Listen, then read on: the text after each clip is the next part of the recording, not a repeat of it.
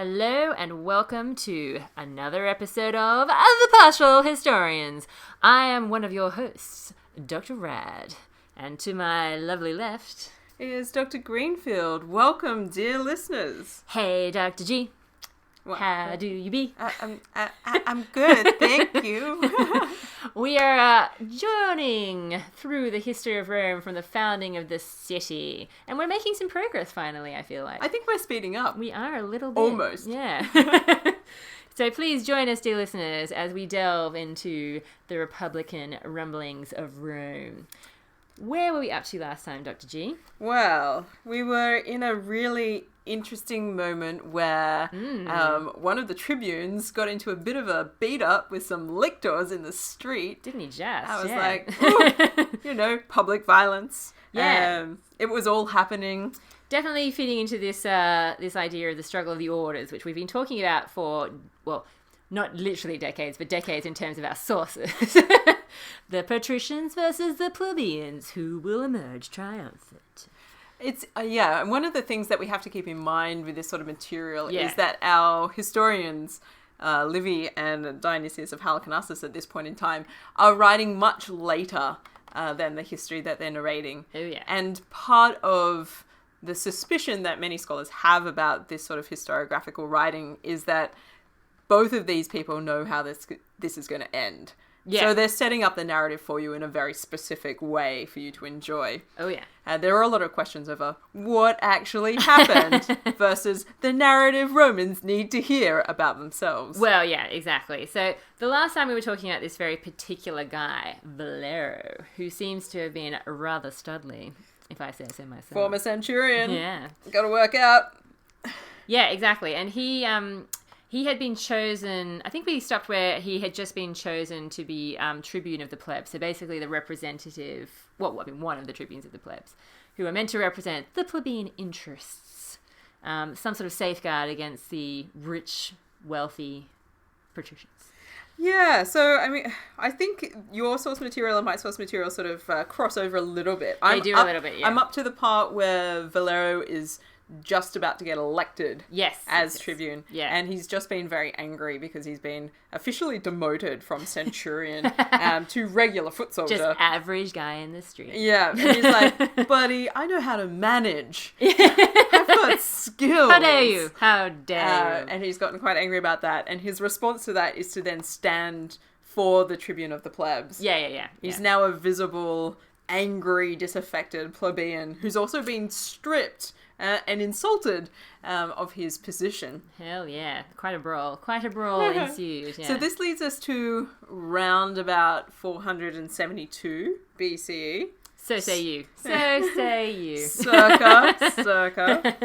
Little flesh rabbits everywhere. Yeah. And we have some new consuls. Yes, who are the consuls in your account? According to my source material, Lucius, Pinarius, Mamercinus, Rufus. Yeah. That's a bit of a mouthful, that one.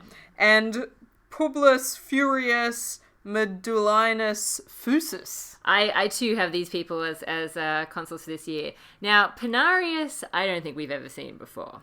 This is a patrician gens. Yeah. But I think this is their first, strut around the consul block.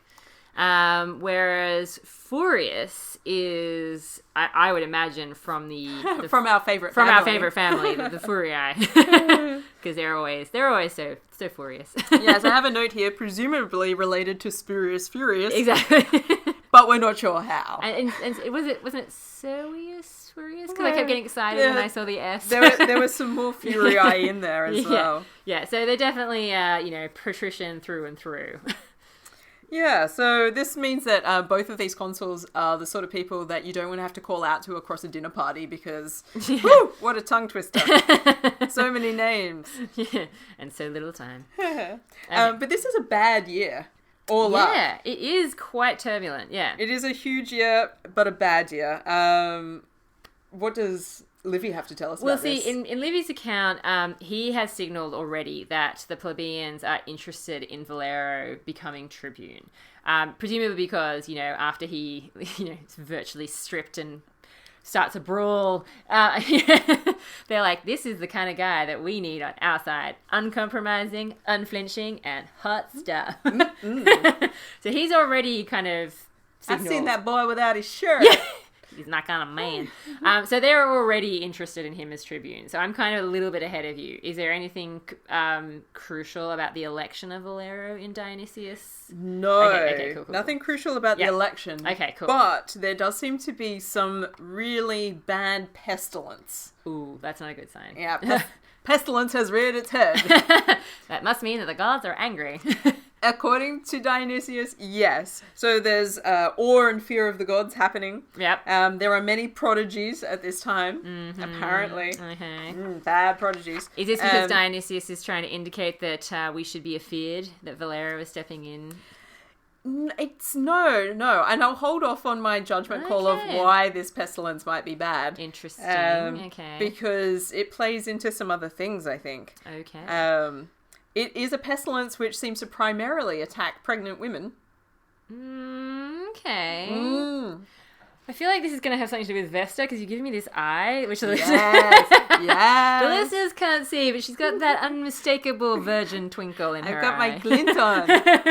I'm very excited. It's disastrous. I'm sorry. I apologize in advance. I'm excited because the Vestals enter the narrative. I'm also sad because they die almost straight away. I was going to say, does this have something to do with a Vestal called Urbina, or potentially Selenia? Yes. Yeah. So I have her name as Urbinia. Yeah. She's a bit hard to pin down. We don't have a lot of source material for her. No, well, this is very early in the piece. It is. Yeah.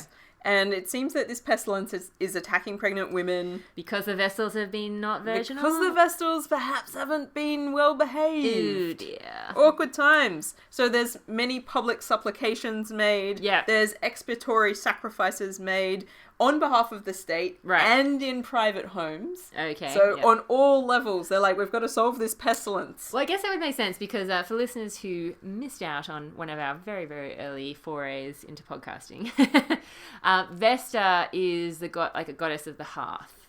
So I guess it makes sense that you would do sacrifices in terms of like the state, as in like, you know, the state hearth, the Vest, you know, where the Vestal Virgins hang out in the Temple of Vesta, but also potentially, I guess, around the home and like the home hearth. Is that maybe why they do it? Yeah. So especially if it's attacking pregnant women, like it's And so when it's initially discovered that it's attacking pregnant women, they're sort of like, okay, this is an issue. We need to do some sacrifices. It's not at all clear what the source of the problem with the gods is. Right. So Romans are reading these sorts of situations very particularly as a sign that their relationship is out of balance with the gods. Sure. But they don't know how just yet. So they take some initial steps to try and determine what might solve this problem. Turning over all the pillows, looking for the problem. Yeah. They're looking under the couches and the sofas going, where is the problem? They're like, you know, so they go into the homes of all the private citizens, look around their home being like, did I perform a ritual incorrectly? Yeah. I need to do something. So every citizen has their... This is quite an investigation. It is. So private citizens, the onus is on them to go about performing the rituals correctly and doing some expurgatory things within their own home in order to resolve the issue. Basically, it's the state message is, check yourself before you wreck yourself. Pretty much. And the pontiffs are like, look, we'll do some sacrifices at our level, at a public level, to engage the big gods. Your government is doing something. Rest assured, citizens, keep calm and do the sacrifices. We are on the street checking all sacrifices and making sure all rituals are conducted correctly. Until they have been performed correctly, we advise all citizens to stay within their homes. I repeat, to stay within your homes. There is now a curfew. Things like this are happening. Everybody's quite concerned, and women are still dropping dead. It seems to be... Sorry, just makes sense. That's fine. Everybody's trying their best. Yeah. But it seems like... Specifically pregnant women, right? Yeah, a few things are happening. So women who are pregnant seem to be afflicted most. Yeah. They're either giving birth to stillborn children, which is obviously that very I think would traumatic. Be one of the worst things ever. Yeah. And either the child dies and the mother survives, or both die in that process of the stillbirth. So it's bad. Which is it's just bad all around. Obviously horrifying. Yeah. And it's only at that point that after all of this sort of stuff is taking place, and a lot of rituals have been conducted to try and expiate this, that information is given to the pontiffs by a slave that one of Vestal Virgins has lost her virginity. Spaghetti-o. Yes. So this leads to some internal investigations. In this period, well, Sorry. well, that was awkward phrasing, wasn't it? Sorry. Could you please put your feet into the stirrups and say ah? No, not that kind of internal investigation. No. Although hypothetically, yes, because you have to check to see if they're a virgin. How do you know if she really loves you? It's not at all clear. Yeah. So we know from our own understanding of anatomy and physiology, it's very difficult to know just by looking at somebody whether they're a virgin or not. Yeah, it's almost as though you can't. You can't tell. Guess what, everybody? You can't tell. But, I mean, let's face it as well. Like, internal examination is hardly going to be... That's not going to reveal the answer. Yeah. Well, what are they looking for one thing? Well, I mean, I presume, obviously, that they might be looking for an intact hymen. But then again, as we know, that can just... break. A normal hymen comes in many different kinds. Yeah. So, yes, there would be an internal investigation of some kind. Yes. Unfortunately, her guilt is clearly established. We're not sure quite how. Yeah. And this means that she must be scourged with rods. Ooh. So there is a bit of a beating that takes place. Through a sheet because she's a virgin. Well, is she a virgin? Oh. Yeah. It's So can Vestal Virgins be beaten up if they're no longer a virgin? Wait, but isn't that the whole point of the whole... So they can be beaten through a curtain. That's what I meant. For lesser crimes. Right. So, but it's not at all clear to me if they're being found guilty of losing their virginity, whether the curtain is required anymore. Interesting. Maybe it is, because I think their body might still be considered... sacrosanct on some level. I was going to say, isn't that kind of the point? Like, that they're trying to make it good with the gods? So, like, beating up their representative is not necessarily the way to go about that? Possibly. Although this is very... I mean, I'm assuming that... We're talking high-level hypotheticals here, listeners. Well, I was going to say, obviously, again, because we are so deep in the early Republic, maybe some of the stuff that happens later isn't happening now. We don't know. There'd be a case to be made, I think, for both having the curtain and not having the curtain, regardless of virginal status. Either way, being beaten with rods doesn't sound pleasant. No, not pleasant. And then are they stripped when this happens? Sorry, I'm curious now. No, she's not. Okay. Because she then has to also process through the city. Right. So it's very Game of Thrones, as we've discussed before. It is. Shame. Yes, but she is wearing clothes. Yeah. And she is then escorted to the burial chamber underground, and then it's shut, and she's left to die. And apparently there were 2 men involved. Whoa. Well, I suppose if you're going to go out, you may as well go out with the gang. You know what? I want to try them all.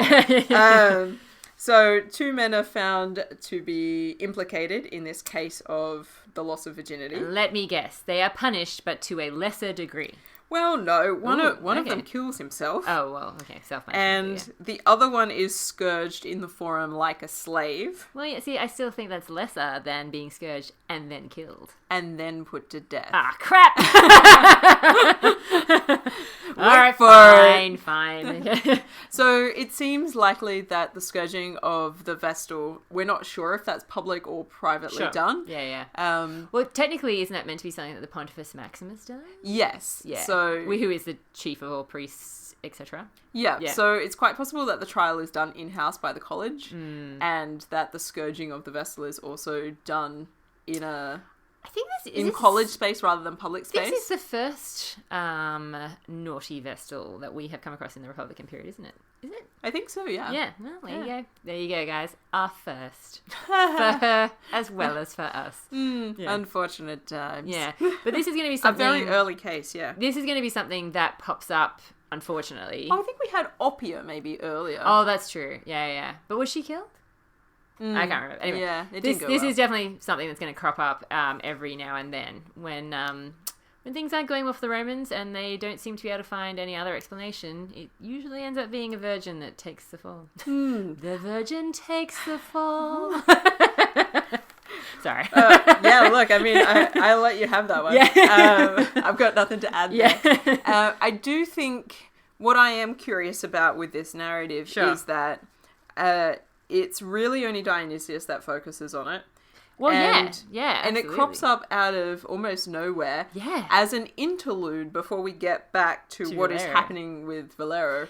And it is strange because often, I mean, look, and this is not my area of expertise, so I doff my theoretical cap to you. But I've always associated this kind of punishment of a Vestal and like, you know, them looking around and going, what's going on? Everything's going so terribly. Must be a Vestal. With military issues, like defeats in a military sense, and that they're kind of going, what are we doing wrong? We're the Romans. We can't lose. And maybe we need to sacrifice the virgin. And then they're like, wait, that virgin's smirking. That means that she's had sex. Kill her. It usually is something to do with that rather than a pestilence in my limited experience. Pray tell, Dr. G. I'd say it's probably about half and half. Interesting. Okay. Yeah. Anytime that you've got some prodigies and omens and things are out of balance with the gods, there starts to be a goodly chance that you're going to have an investigation into the Vestal College. Interesting. Okay. Yeah. Well, I mean, on the plus side, according to this narrative, this stops the pestilence. This stops the pestilence. Well, of course it does. Once Urbinia is out of the way and Bearing the two men have been dealt with. Yeah. There's nothing like it. Surprise, the pestilence promptly ceases. Yes. Mm-hmm. Pregnant women rejoice. Oh. All right, cool. Well, yeah, that's definitely nowhere in my account. So that is interesting. I did know it was coming just because I had looked up Broughton and he had recorded that. But yeah, nothing in my account really. Livy is very much focusing on what's happening with Volero. So Volero is obviously now tribune of the plebs, or one of the tribunes of the plebs. Yeah, I know. Everyone's very excited. They're like, take your shirt off again. But, interestingly in my account, contrary to popular expectation, he does not go about pursuing the plebeians' interests in a particularly inflammatory sort of way, which I find really interesting. So, he's not one of those tribunes who's all up in their face, and he doesn't he doesn't go about his business by, say, insulting or attacking the consuls. He actually, according to Livy, is sort of putting all that personal stuff that he went through the previous year and whatever he might be feeling towards the patrician consuls of this year aside, and just focuses on the interests of the plebeians, which of course is getting this freaking agrarian law passed. Surprise! Exactly, yeah. So he's really just trying to do that and do it in a way that's fairly professional, basically. That makes him sound very noble, and it's certainly not what I have in my account. Okay, please elaborate. Tell me. He's tribune of the plebs. The crowd goes wild. Yep. And he immediately starts to get down to business, as it were, by proposing a new law for the election of the tribunes. Yes, actually, sorry, that is in my account as well. Sorry, I forgot about that. Yes, yeah. But that he's also doing that in a very business-like way. Okay. Yeah, look, I mean, he seems to have, he's building on his popularity to sort of push for something a little bit more drastic. Yes. And what he wants to do is have the tribunician elections taken away from the Comitia Curiata, the big Roman assembly of all of the clans, and given to the clans. I was going to say the clans. We are fancy. Well, that was an accident. Clans, continue. Let me tell you all about his plan. And he wants to transfer the elections to the Comitia Tributa.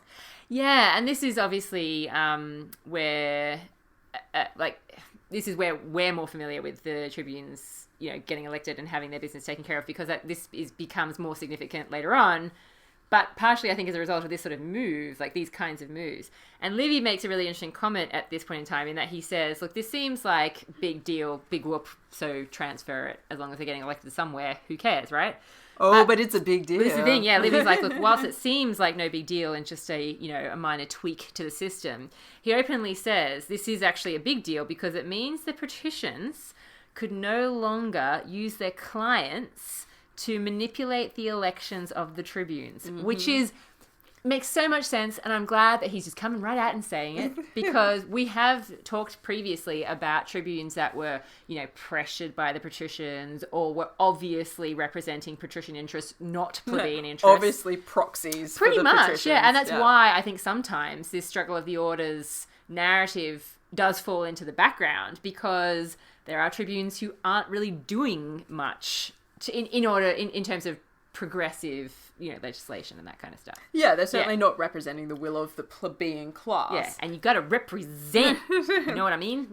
So they're doing a whole bunch of stuff, but they're not necessarily looking after the concerns of the people. No, not in terms of getting legislation that's going to give them more power or whatever. Yeah. Yeah. So, and this change would effectively mean a number of things. Totally. That they wouldn't have to have a religious sanction around the election, which is something that is particular to the Comitia Curiata. Yeah. It would just be a straight up election, and it's done much quicker. You don't need as many people. Yeah. So it streamlines the whole process. It makes it much more about cutting people through the red tape. Ooh. Wow. Ooh. I don't have anything to say about red tape. I'm just excited about the colour. And it means that it's far more likely that you're going to get progressive plebeian candidates put forward and then voted in. Yes. Which, obviously, the patricians are freaked out about. Yeah, so in Livy's account, the plebeians are, of course, very excited at this idea. And they're like, Volero, we knew. We saw your potential. Come here, you Michiganer. And the patricians are absolutely busting a gut to try and make sure this doesn't happen. Yeah, so they end up coming to the forum in massive numbers, trying to rile everybody up, having all kind of speeches, being this is terrible, think of the traditions. Well, I guess the interesting thing is, Livy actually says that the way things are running at this point in time, I mean, one of the powers that the tribunes allegedly have by this stage in the Republic is their power to veto, so the power to say, no. And block any moves or anything like that. And so he's saying, look, technically a tribune is the kind of person who could block this move. But for once, there's no tribune caving into patrician power. Hello! Hey. Yeah. So it seems that at least 3 out of the 4 hypothetical tribunes. We don't know that there's actually 4 at this point in time. We don't know how many. Dionysius says that there's 4. But they're holding firm. Yeah. 3 of the 4 are like, I'm with you, Volero. Let's do this thing. Let's get it passed. And so this sort of public argumentation about this issue takes place over a number of days. People keep rocking up to the forum. They keep arguing. Yeah. It's starting to get a little bit more aggressive. Yeah. And I mean, I think the main thing is that this move is effectively delayed significantly by the patricians, throwing every obstacle they can think of, in the way of it, because obviously this would be a disaster as far as they're concerned. Yeah. Dr. G just did a little plaintive face. Awesome for radio. What a disaster. Yeah. And I don't know whether Livy goes down this path, but Dionysius inserts another pestilence into the narrative at this point. I have got no pestilence happening. This is a big year for pestilence. I am underserved with plague. What? You haven't had 2 plagues this year already? I know. I feel very left out. It's intense. Yeah. No, Livy basically just moves into the fact that the patricians managed to throw enough obstacles in the path of this change that it's not going to go through that year. Now, this is obviously a bit of a problem because Volero is their champion. He's the guy who proposed it. He's the one that wants to see it through. So they make sure that he is re-elected as tribune the following year, and that's kind of where Livy heads. So this is exciting times. Tribune for the 2nd time, Volero. Hello, Volero. Hey. Yes, this is a consistency. But for Dionysius, this only happens after the pestilence has raged. I feel like he is trying to tell us something. I think so. Yeah. I feel like there's pathetic fallacy of some kind. I know there's been a virgin, blah, blah, blah, blah, blah, but still, I feel like he's... Pestilence round 2. Well, yeah, I kind of feel like he's trying to say something about these events, not just pregnant women and virgins. Well, yes, and certainly this pestilence seems to be different from the first one because all people are affected this time. Ooh. And it's happening in all of Italy, not just in Rome. Plus, they've already buried the Virgin. So... The Virgin has been buried. Yeah. And again, all of the supplications and expiatory sacrifices don't really make any difference. And it just sort of fades away. Okay. Well, I mean, that tends to be what happened with disease. That, you know, they come and they go. The pestilence sweeps through Rome and then disappears again. And everybody has gotten momentarily distracted from the politics, but now they're back. Okay. And they're like, all right. Well, we're in for a real bumpy night, I can tell you that, Dr. G, because not only do the tribunes, not only does Volero get re-elected as tribune, but the patricians obviously realise, look, they've got Volero again. We're really going to have to bring out the big Yeah, exactly. guns. Yeah, we really have to bring out like our Iron Man, Superman, Justice League type team for consul. So they bring in one Appius Claudius. Yeah, my note in the margin is, Yeah. If Appius Claudius sounds familiar to you, it's because he is, but he's not the terrible one that you think of. No. It's his son. Yes, but nonetheless. Nonetheless. It's pretty clear that they're both hated by the plebeians because they share a hatred of plebeians. So wow. It may as well be the father as far as I'm concerned because the sentiment is much the same. Yeah, so Sorry. You go. I was going to say, however, in my account, his co-consul, they're not... Appius Claudius seems to be the big gun in that they're like, if he's there, then all is well. Because they don't want to elect two guys who are going to go, you know, to the wall. They want to make sure that there's at least a semblance of, you know, concession or something like that. So they elect, alongside him, Titus Quintius in my account, who is not as hardline. How about you? Yeah. So I have some interesting little details. Apparently Appius Claudius, son of Appius Claudius, is sort of thrust into the consulship. He doesn't really want to stand. And the patricians vote him in his absence. Whoa. A patrician male from an arrogant family who doesn't want to be consul? Yeah. Look, this is his first time, isn't it? He will be consul again, but this is his first time being consul himself, isn't it? Well, I mean, yeah. I'm pretty sure as far as I'm aware, this is his first consulship, Wow. and he doesn't want it. I am flabbergasted. You know, it's only the truly privileged who aren't political. So Appius Claudius being sized up as like the patrician to lead the way. Yeah. It's like, guys, I'm busy. And so he doesn't turn up for the election, and the patricians just vote him in anyway. Yeah. They're like, you know what? Just put his name on the thing. Well, I mean, definitely... I mean, he definitely, I think, is hated at this point in time by the plebeians just by association. Because his father is such a douche. Yeah, he has a reputation. Yeah, the family reputation precedes him. It's all about family as far as the Romans are concerned. For sure. Yeah, particularly for patricians. Yeah. And this means that Appius Claudius has this legacy that he's probably going to have to live up to. Well, yeah. And maybe he's not in the mood. I don't know. But Titus Quintius Capitolinus Barbatus is his full name. This is his first consulship. But he's going to be quite the presence on the scene. Look, I'd say he'd be the kind of guy I wouldn't mind having dinner with. I agree, yeah. And he's so mark that. Put a post-it on it. He's going to show up again, listeners. Titus Quintius. And they are two sort of opposing camps. Appius's idea is to sort of punish the plebeians for not being on board with anything. I think they are. They're just on board with stuff that is for their own interest. Yeah, so he's decided that military exploits are definitely the way to control the plebeian population. So he's pro-war as a way of population control. I actually feel like yawning because that idea is so tired. Well, he comes from a very important family who loves this idea. I'm actually going. Sorry. You know what we should do, guys? Go to war. Oh, okay. Novel idea, buddy.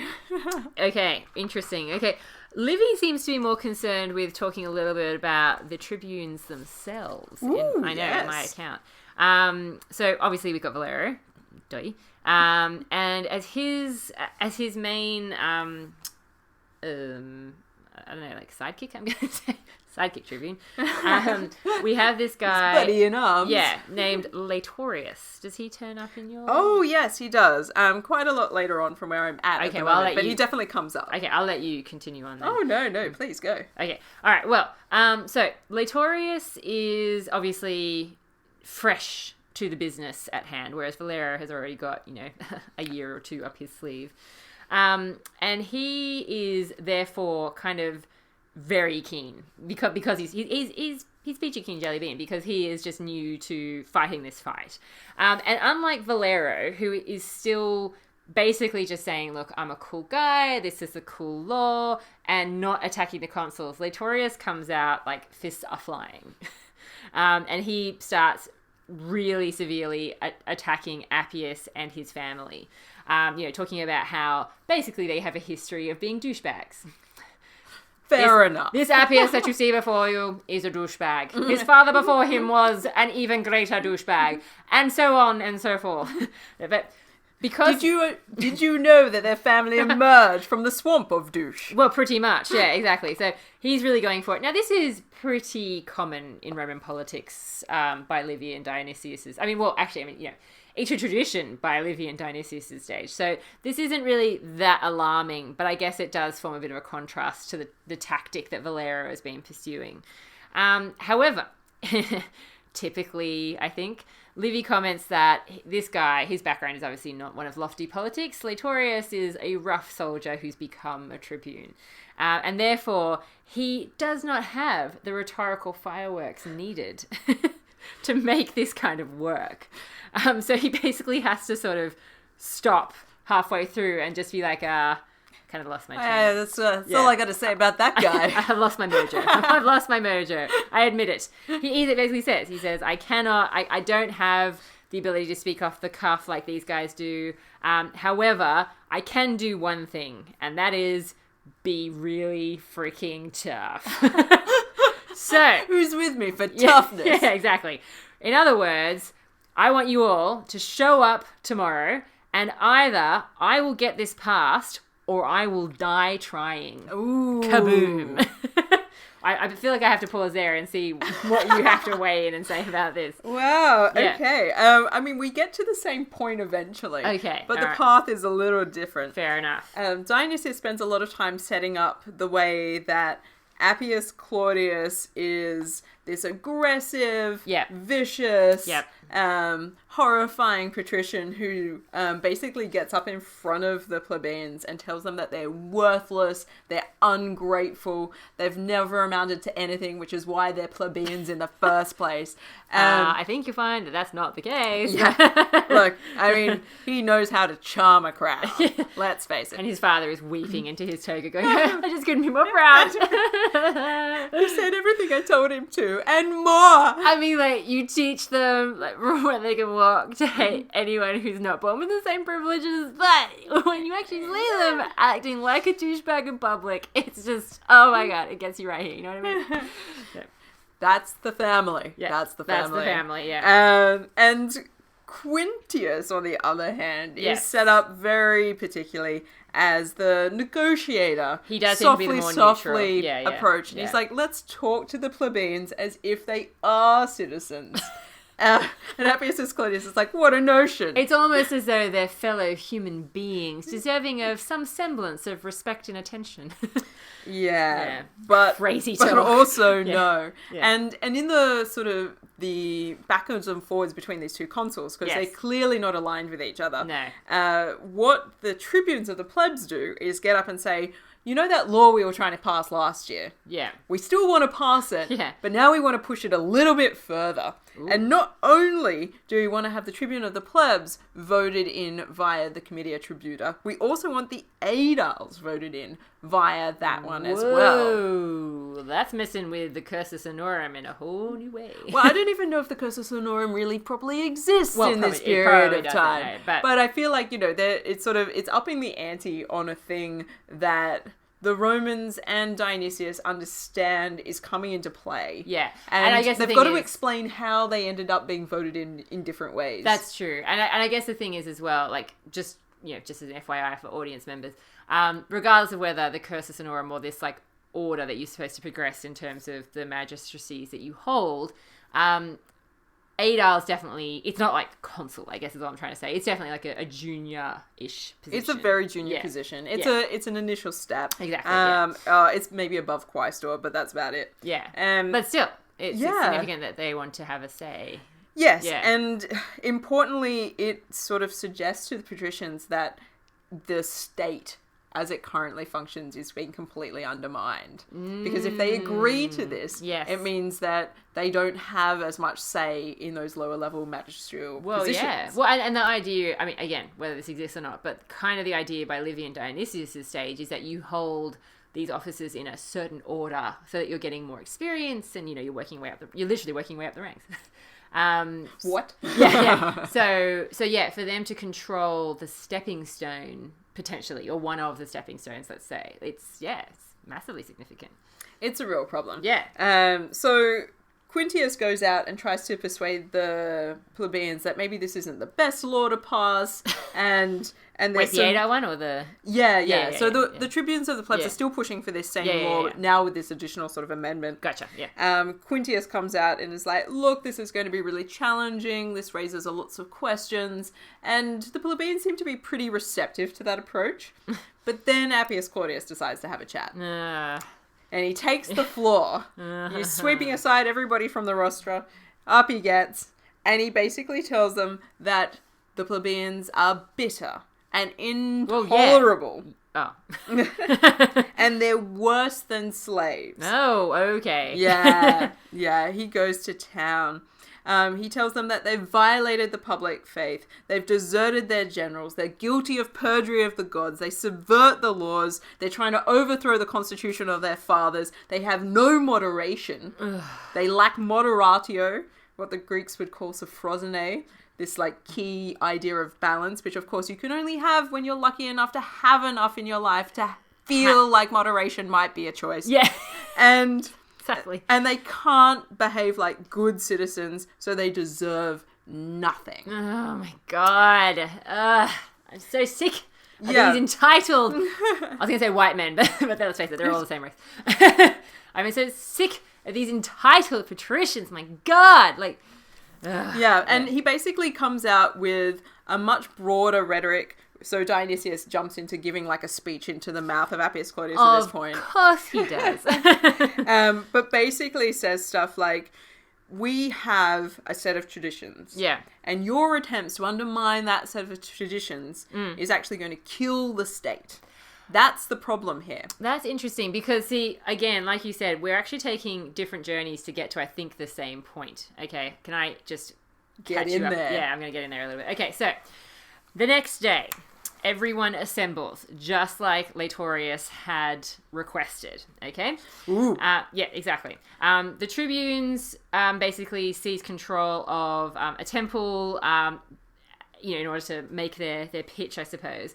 And of course, the patricians, the consuls, they are also in attendance in the crowd because they need to be there. They need to represent to make sure that this law does not get passed. Now, Laetorius obviously sees them there and is like, this is not good. This is not going to help my cause. So he says, look, anyone except the voters, get out. And in doing this, he's obviously trying to, well, in Livy's account, he's obviously trying to get rid of the younger patrician men who are not entitled to be there and vote. So he's trying to slim the numbers a little bit. Okay, and when this doesn't happen, he's like, look, I'm going to start arresting people, quite frankly, if you don't get the hell out. This is none of your business. Yeah, exactly. This is when Appius pipes up. And he's like, from the back, oi! Yeah, he basically says, I think you are mistaken. Tribunes don't actually have that power, my friend. You only have power over plebeians. That's your area. You stick to that. Thank you very much. Even a consul... technically shouldn't really be forcing people to leave. Like, even that is falling out of the scope of my power, so he says. And Laetorius, because he is, sort of new to the position, he's not as... And also, obviously, again, playing on this idea that he was, not so long ago, just a common soldier sort of thing. he's a bit disconcerted by the way that Appius is coming at him. I presume the rhetorical fireworks are just flying. We're like, whoa, I've been blinded by some rhetoric. Yeah. So he's a bit taken aback by this, and this leads to a total showdown because he can't really respond in kind, so he just goes to a place of anger. Because he is a moron. Oh. This is the way I read it anyway. Poor Laetorius. Yeah, but impressively so, because he doesn't just retreat into his anger and be like... He sends one of his officers to go to Appius. Like, it's happening. Like, it seems like, and vice versa, it basically seems like there's going to be a massive brawl, much like we had in the last episode. Oh, yeah. Yeah, exactly. Because the plebeians are trying to protect, Laetorius. Laetorius is trying to enforce whatever it is he's trying to have done to make sure that this, thing gets passed. Because he has vowed that this is going to happen or he's going to die. So he's... Got to live up to it. Well, yeah, basically. It's a big call, buddy. Yeah, exactly. He's basically trying to, put his money where his mouth is. And, it's... But the coins don't fit. They're just so large and heavy at this point in time. I just don't know. Now, obviously, it would probably be a good idea to diffuse the situation. And Quintius realizes this if Appius, leaves. Because he's obviously the thing that's kind of sparked this, along with Laetorius, but he's the main thing that's riling up the crowd. So Quintius is like, Appius, yeah, like maybe just this one time you could perhaps get out of here. Yeah. But Appius, for all his flaws, is not a coward. And so he stays put. He's like, I'm not going anywhere. Come at me. Exactly, yeah. And so Quintius is basically begging the tribunes, like, dismiss the assembly, get everyone out of here. This is going to be bad. Can't you see? This is violence waiting to happen. Like, it's already kind of happening. Guys, I like talking. Yeah, and Quintius is the one who gradually sort of works on people around him, okay? And he manages to sort of bring some sanity. He basically manages to convince the plebeians that, look, having some time out will allow you to be less angry, but it won't take away the power that you have gained from today. I promise you that this show that you put on today is very impressive and that the patricians will still have to answer to you. It's just that it would be better if you weren't so angry. And he's also like basically getting Appius like taken away by force. He's just like, just get out of here. And so Buddy, leave. Yeah, and so Quintius has basically worked everyone down. And that's kind of the point. Wow. Yeah, it's pretty crazy, right? That's insane. I know, yeah. Who'd have thought the smooth talker would win the day? Well, yeah, and the other patricians are also like talking Appius down and being like, like a little less anger from you, like just a tad. Could you be slightly less arrogant? Yeah. I don't know. And so that's kind of the point that I get up to where it's basically, Livy describes it as being a mixture, a mixture of things, but gradually the situation is calmed without like massive bloodshed. I mean, it seems almost to me like what Livy is saying is that if it weren't for everyone agreeing to be calmed down, this would have been a total battle. Like, we're witnessing civil war being averted almost in my account. Oh, yeah. Well, I mean, Dionysius, it does turn into a public bout, essentially. I had no doubt. I mean, how could you miss such an opportunity for drama? Well, like, Livy, what are you doing? Yeah. And I'm like, people are about to brawl in the streets and you're not going to let it happen? Exactly. Yeah. It is tough. I mean, it's tough. Don't get me wrong. It's a tough situation, but gradually it does happen. Yeah. So I think things operate a little bit differently in Dionysius's account. Laetorius certainly is stepping up into a bigger role. Yeah. He delivers a speech. So, like, this is, like, like, what I was saying, saying, 10 minutes ago in our narrative. Yeah. But he delivers this long speech where he basically rips Appius Claudius apart. Of course. Being like, that logic doesn't work. Yeah. Like, you just overthrew the kings. Like, it wasn't that long ago. True. We don't have traditions. Nice. That's a good point. Like it. Like, that's not where we're at. Yeah. We're in a process of tradition formation. Yeah. Not having like agreed on anything. Exactly. Like, nobody's agreed. Only been 40 years since the end of the monarchy, guys. Like, let's keep this in perspective. And he's like, you can't tell me that the institution of the tribune of the plebs, because one of the things that Appius Claudius says is basically the tribune of the plebs is born out of violence, and it's an offense to the gods because of that, and it can never be a proper magistracy, and it needs to be eliminated. And everything Rome does is born out of violence. Everything. Yeah, but he makes this, Appius makes this really big claim that, you know, the harmonious traditions of the Roman people, which is hilarious. Yeah, because like the Republic, didn't you remember that the Republic was founded on a rape and, you know, like a suicide? Fratricide. Yeah, like none of those details. Yeah. So in Dionysius' account, Laetorius is a speaker, he is doing it, and he's coming back with some really good logical, like, just pointing out the flaws. Yeah, I feel like Livy has fallen prey to a bit of class bias in my account. Yeah, and he basically says that the tribunician power was awarded legally and appropriately, and the plebeians had to fight for it. Well, yeah. And that was just the nature of the thing. In the same way that the patricians had to fight against the tyrannical powers of the kings. You gotta fight for your rights, guys. So these things are in parallel. They're not separate from each other. They're not different. They're part of the same deal. And you think your education would have taught you that, Mr. Fancy Pants? Yeah, and then he descends into some family insults. Great. Classic. Yeah. And he's like, all of these people here know where you came from and know what your family is like, and you're mischievous and you're harsh and you're an enemy of everything that is good. Yep. And he's like, and you're just Don't hold back. Laetorius. You've been given rein for your inborn savagery, and I'm sorry for you. Ooh. Yeah, look, I mean, that's where the translation is going. Yeah. And then we get into some mad public violence, because then he orders Appius to leave the assembly. He's like, you need to get out. Yeah, so this is pretty much where I was up to. Yeah. And Appius is like, I don't think so. Yeah. Lictors, formate. Yeah. Attack. And he's like, surround me. I need sticks. Lots of them. And the lictors are like, preferably ones that are really good for beating other people with. Yeah. Particularly that guy. Like, where are my bodyguards? Yeah. And they surround him. Yeah. And he refuses to leave the forum. Yeah, I guess this is where and Laetorius announces that the tribunes are ordering the consul to be led to prison. It's like, you don't have to leave the forum, but we're going to escort you to jail. Yeah. And Appius is like, from memory is near. Yeah. And Appius is like, I don't think you can do that. In the meanwhile, the plebeians are like crowding around, being like, we're going to take you to jail. That's where it's at now. And it's like, lock this bitch up. They're like, yes, that's the next step. Yeah. And I can't believe how sidelined Volero is. I'm just going to note that. Yeah. Volero gets completely sidelined in this. Yeah.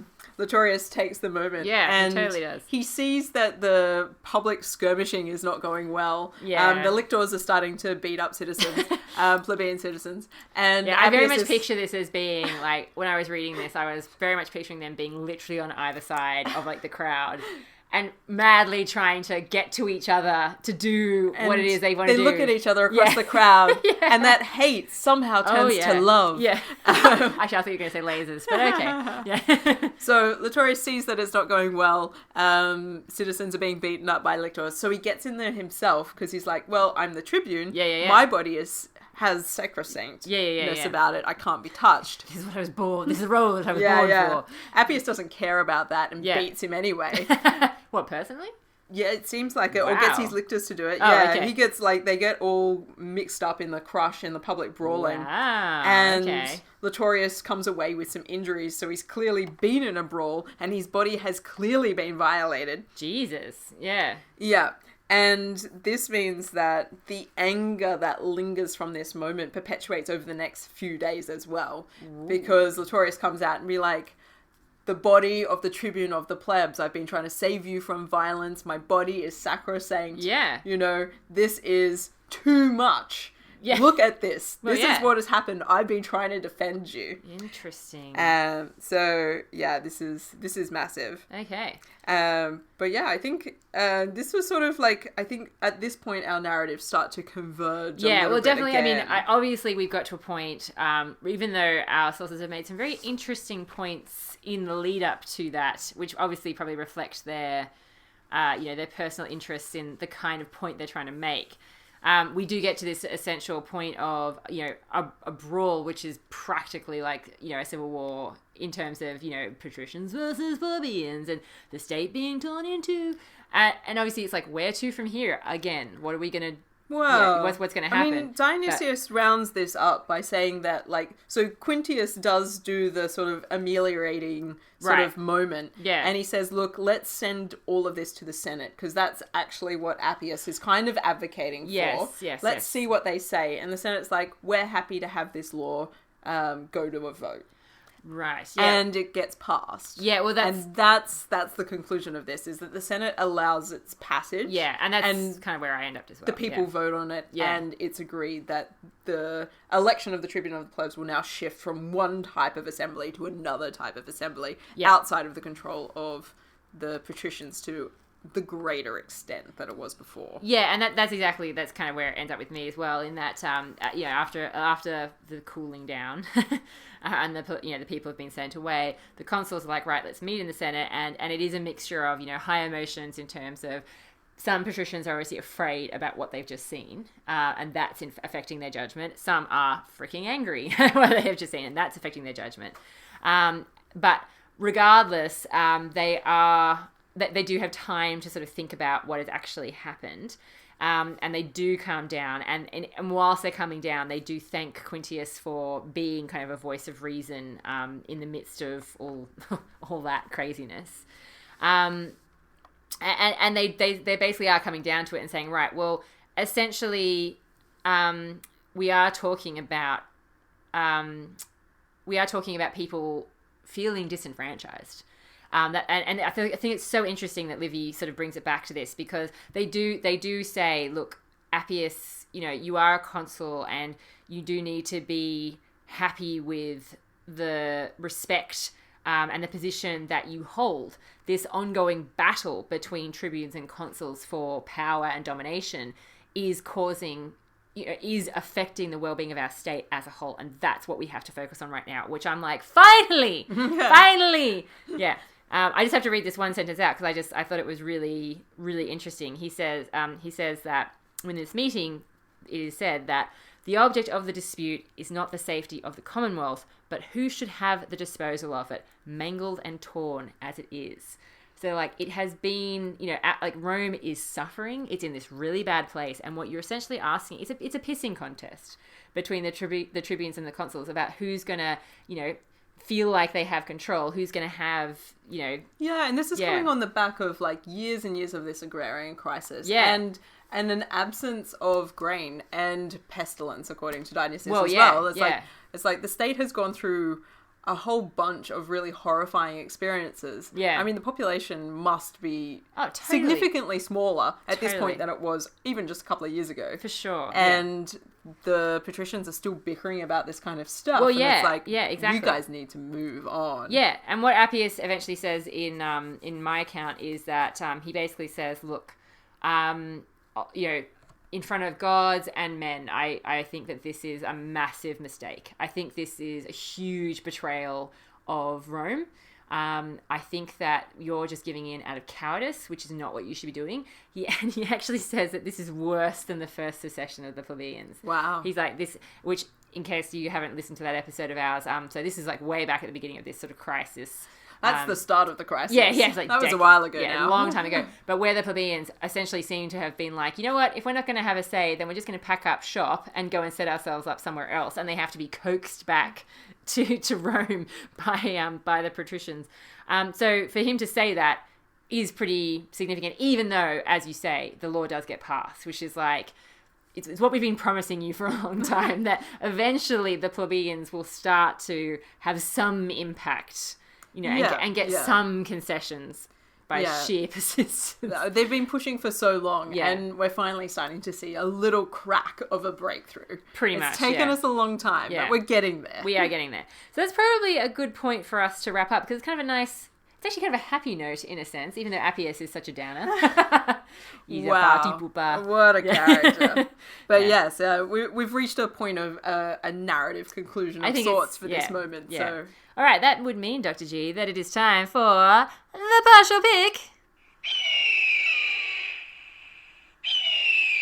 Ah, thank you, my pet. Calm down. Settle, my friend. The partial pick. Yes. Ooh. So, where we give a ranking out of a hypothetical 50 gold eagles. Yeah, and Rome has not been faring well, let's be honest. Look, it has not. Okay, so what's our first category, Dr. G? Our first category, out of 10, military clout. Military clout, well, nothing's really happening on the military front, so that would be a zero. Fat zero. Yeah. Oh, well, that was easy. Yeah. Diplomacy. Again, nothing really happening externally. Well, no, but can we talk about diplomacy in terms of internal? Yeah, see, this is the thing. We've always sort of said it's got to be like foreign diplomacy. Well, yeah. that's another zero then. Yeah, no, you're right. Like, there is a lot of negotiations going on. So what the hell? Did they negotiate with the pestilence? Yeah. With the pestilence. That came from outside. No, that's fair enough. Let's talk about it in internal matters between the patricians and the plebeians. Because there is some negotiation going on here. There does seem to be, yes. So for Appius Claudius, it's definitely a big fat zero. Yeah, look, he fails in diplomacy. But for Titus Quintius, on the other hand, look, he's lovely. Doesn't he seem like a nice guy? And to be fair, even though he's very in the background, I feel like Volero also deserves some credit. Volero gets this started. Well, yeah, and he's, presumably there and, supporting it and pushing and that kind of stuff. Standing next to Laetorius being like, what up? Yeah. I've already taken my shirt off twice for this cause, so passing the baton. You know I'm in. Yeah. So, yeah, I kind of feel like Volero deserves a bit of a shout-out. And Laetorius, in your account, I actually think, He's actually quite sophisticated. Well, yeah. I had no idea he came from a soldiering background with that kind of... Oh, yes. So, okay, what do we reckon, like a 6? Okay, that's very generous. Yeah. Well, I feel like, essentially... they do pass something. Well, and also, essentially, what would have been a really nasty brawl, again, is negotiated down to a meeting where the Senate meet, discuss things calmly, try to take emotion out of it, and pass a concession. Yeah. So I kind of... All right, okay. Yeah. Better than just a bare minimum pass. Well, yeah. Nice. Expansion. That would also be a 0, Dr. G. Okay. Yeah. Virtus. Now, here we've got something to deal with. Yeah. Look, I'd say that Appius Claudius is displaying lots of virtus, but of the kind that I don't really like. Well, yeah, but nonetheless, let's face it, the patricians obviously respect him and where he's been chosen for a reason. Yeah. Okay, so he definitely is. Again, Titus, Quintus, Laetorius, Volero, I feel like they're all doing their manly thing. They're all showing a lot of bravery. Yeah. There's a lot of courage going on. Maybe a 7. I was even going to say an 8. Oh, let's do it. Yeah, why not? Anything that, there's a lot of zeros going on. The score's going to be low, right? And finally, the citizen score. Ooh, now, I think this has got to be a good one. Even though there's some bad stuff happening. There's lots of citizens fighting in the streets for their rights. Yeah, but they get something. They get their rights. Yeah. Woohoo! Yeah. So I feel like this... I know it's not great. This is a step forward. One step forward for plebeians. I know they copper, once again, you're useless, you're worthless kind of thing. But I still feel like... But they sort of come out on top after that. Yeah, exactly. And they did avoid getting beaten harshly by the lictors. For the most part. The pestilence goes away. So... Oh, look, after you suffer the pestilence. Well, yeah, but, everything's coming up roses. Yeah, look, maybe a 4. Ooh. I don't think... I feel like things could be better for them. That's true. And some of them do get beaten up. They are still going through a bad time. They do get insulted. Yeah. But still, I think we're doing better than last time, I'm pretty sure. Because, Dr. G, our total is 18 golden eagles for the Romans. Oh, yeah. Goodness It's getting higher and higher. We could really only go up. Yeah. Well, thank you once again for joining me to discuss Rome and its journey to become the massive empire that it will become. Becoming huge. Yeah. It's been a pleasure as always. Your expertise is always valued. You're too kind. See you next time, guys. Farewell.